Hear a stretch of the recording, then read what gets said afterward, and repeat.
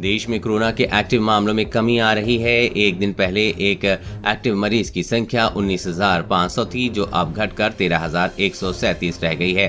5 दिन बाद संक्रमण के नए मामलों में कमी देखी गई है। पिछले 24 घंटे में संक्रमण के 2,568 नए केस दर्ज किए गए हैं। इससे पहले बीते 5 दिन में रोजाना 3,000 से ज्यादा केस आ रहे थे।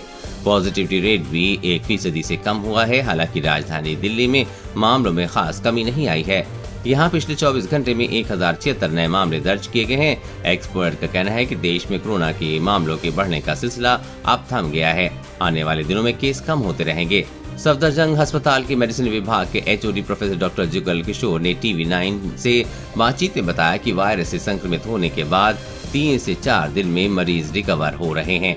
ऐसे में अब ये नहीं लगता कि आने वाले दिनों में केस और बढ़ेंगे। इस बार संक्रमण का पीक जल्द ही निकल गया है और अब उम्मीद की कोविड के नए मामले कम होते रहेंगे।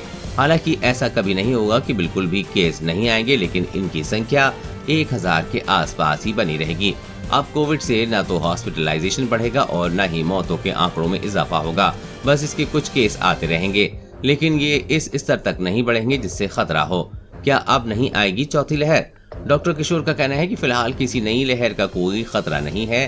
हो सकता है कि कुछ इलाकों में कोविड के केसेस में उतार चढ़ाव होता रहे, लेकिन अब कोई खतरनाक लहर नहीं आएगी। डॉक्टर के मुताबिक फिलहाल कोरोना महामारी एंडेमिक स्टेज में है और अभी ऐसा ही रहेगा। हालांकि किसी नए वेरिएंट को लेकर हमें सतर्क रहना होगा, क्योंकि ऐसा नहीं है कि अब कोई नया वेरिएंट कभी नहीं आएगा। इसलिए सावधानी बरतना और सतर्क रहना बहुत जरूरी है। साथ ही कोविड प्रोटोकॉल का पालन भी करते रहना होगा। बूस्टर डोज सभी को लगवानी चाहिए।